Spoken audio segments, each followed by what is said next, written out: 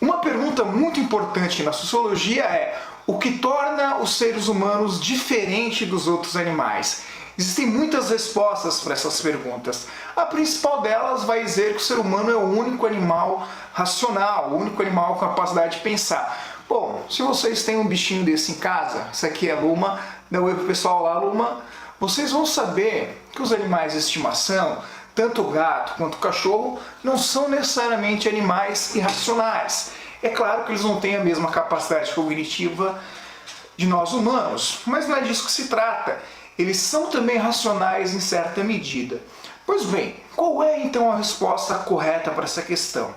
Nós, seres humanos, somos os únicos animais que necessitam de aprendizado para se tornarmos humanos. O que isso quer dizer? A gente nasce humano, ok, mas para aprender a viver em sociedade, para desenvolver todas as capacidades humanas, nós precisamos conviver com outros seres humanos, onde a gente aprende a ser um ser humano, a se comportar como um ser humano. Na sociologia, a gente chama esse processo de socialização. E junto com ele vem uma outra questão importante. Nós, seres humanos, somos também os únicos animais a possuir conhecimento. E o que é o conhecimento? Pergunta de R$1 milhão. Pois bem, o conhecimento é a capacidade que nós humanos temos de explicar e entender o mundo. Paralelamente a isso, é a capacidade que temos também de nos adaptarmos e sobrevivermos às transformações que ocorrem no ambiente social, no ambiente cultural, enfim, no mundo de forma geral. Se você está estudando biologia também, você sabe que o planeta Terra já passou por pelo menos 5 grandes halls de extinções. 5 grandes extinções em massa. A mais famosa é, claro, a dos dinossauros. E nesse sentido é razoável você pensar que a espécie humana também corre um risco de uma extinção em massa. Afinal de contas, já ocorreu 5 vezes no planeta. Pois bem, e é nesse ponto que entra o conhecimento.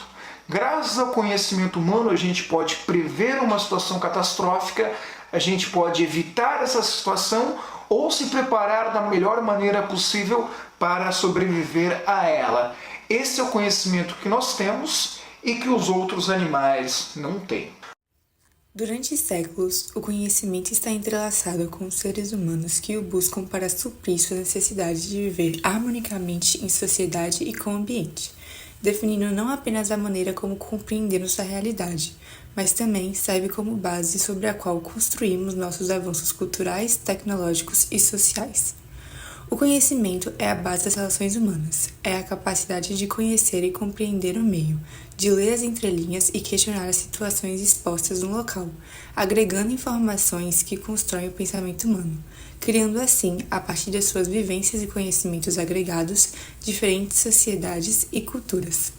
A ação de conhecer move o povo, sendo o papel central na evolução das sociedades. Cronologicamente, a junção de conhecimento adquirida em cada período que perpassa a história humana implica no comportamento dos povos que vivenciam determinada época, impactando a relação interpessoal e impulsionando eventos históricos.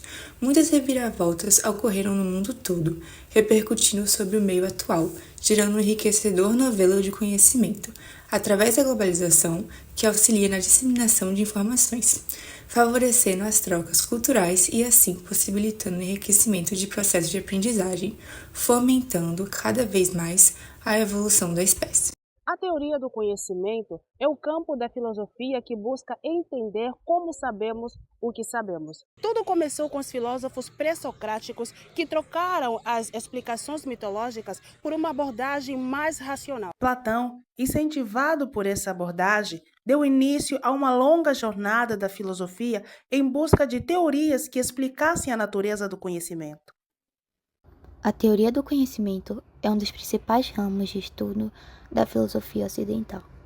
Os filósofos pré-socráticos iniciaram um movimento que visava tentar um conhecimento racional do mundo e a formação dos seres vivos e não vivos, ou seja, um afastamento do pensamento mitológico e uma abordagem ao conhecimento racional.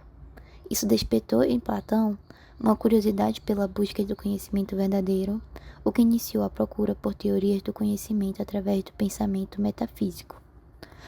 A teoria busca compreender a forma como conhecemos e como é possível ao ser humano conhecer as coisas e o modo pelo qual podemos atingir o conhecimento verdadeiro.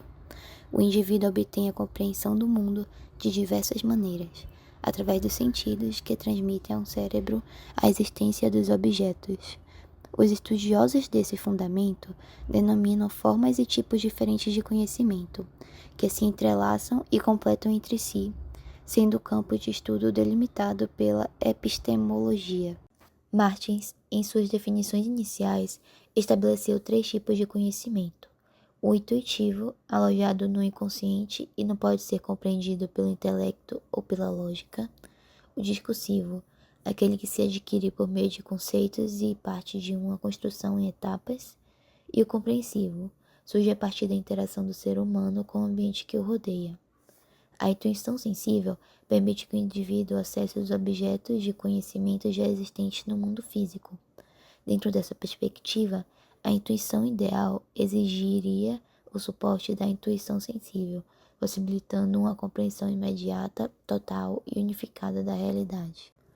O conhecimento discursivo seria adquirido através do raciocínio, que é visto como uma alternativa à intuição. Esse tipo de conhecimento, obtido por meio de um processo de compreensão que ocorre de forma gradual e sequencial, levaria o indivíduo a captar a essência do objeto de estudo, refletindo o próprio processo cognitivo e o saber adquirido. Sobre os tipos de conhecimento, posteriormente, Martins argumenta que, ao despertar a razão, o indivíduo começa a questionar e a investigar, em busca de entender o que é conhecer. Para ele, conhecer significa representar a realidade. Assim, todo conhecimento pode ser visto como uma representação do real, ou interpretação do universo dos fenômenos. A fim de compreender melhor o conhecimento, Martins trouxe mais alguns conceitos, sendo eles: conhecimento empírico vulgar. É um conhecimento que existe desde a época dos homens das cavernas, passando de geração em geração, e que, de certa forma, deu origem a todos os outros tipos de conhecimento.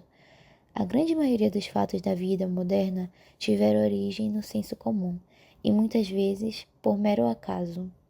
A descoberta do fogo, por exemplo, foi um dos maiores saltos tecnológicos experimentados pelos homens naquela época.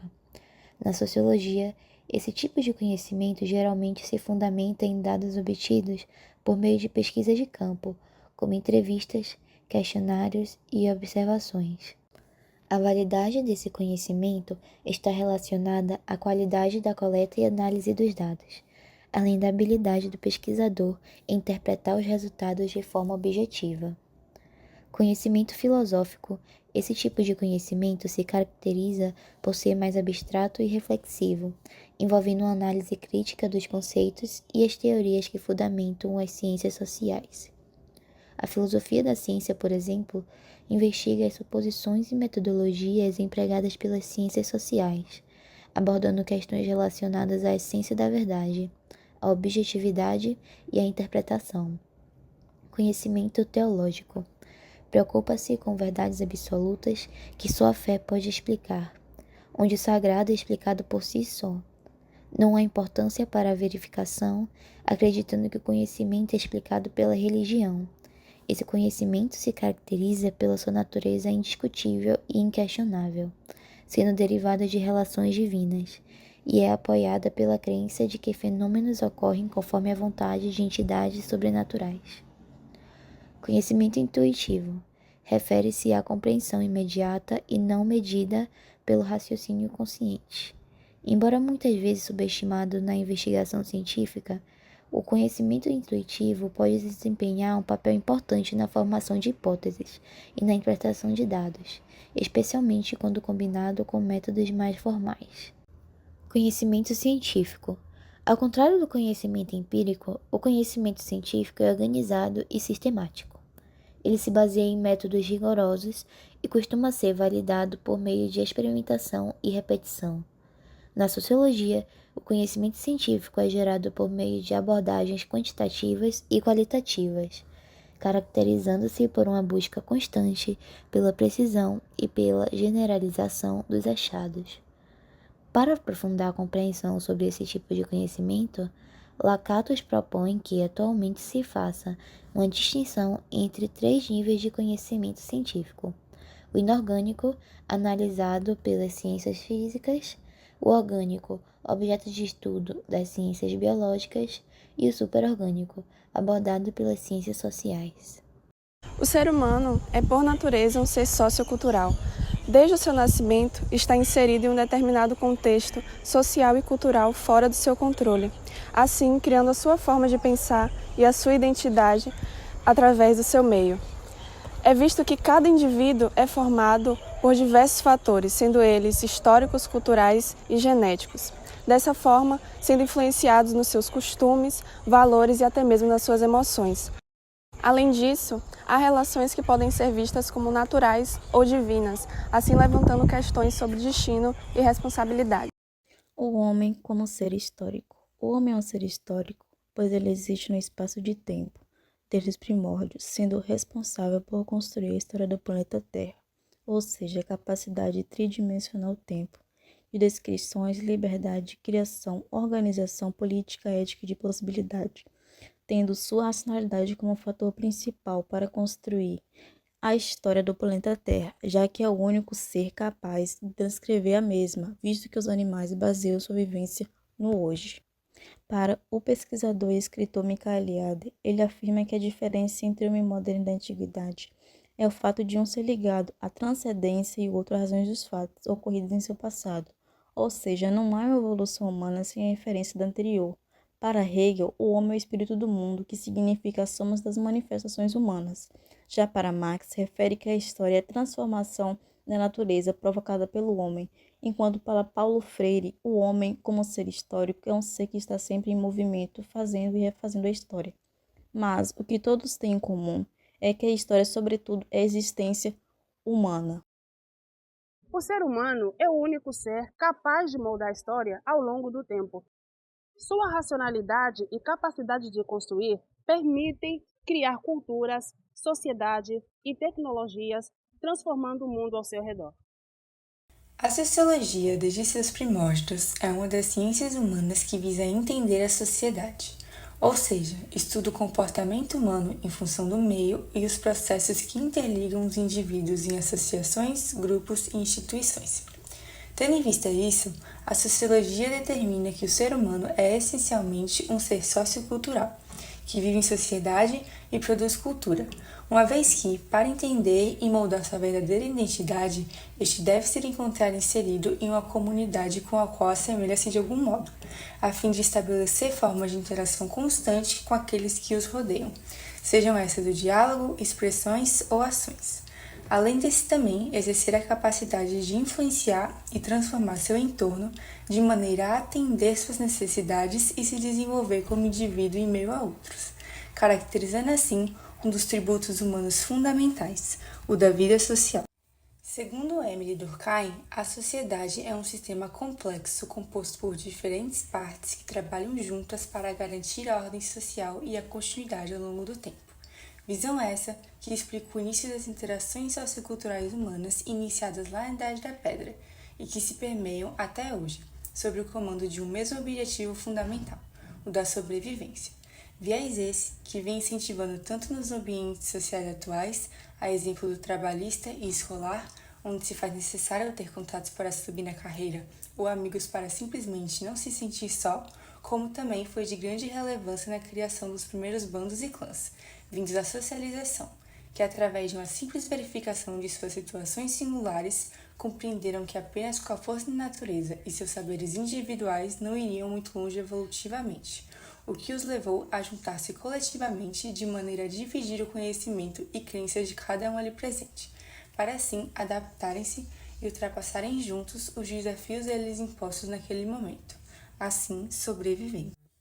Ao final, a continuação destes grupos depois de certo tempo resultou num produto chamado cultura, que pode ser entendido como conjunto de tradições, crenças e costumes de determinado grupo social, sendo esta repassada através da comunicação ou imitação às gerações seguintes, coisa que só é possível devido à socialização humana, que forma o homem e que o faz conectar-se diante de outro semelhante, provando assim que a criatura humana é, sem sombra de dúvidas, um ser sociocultural.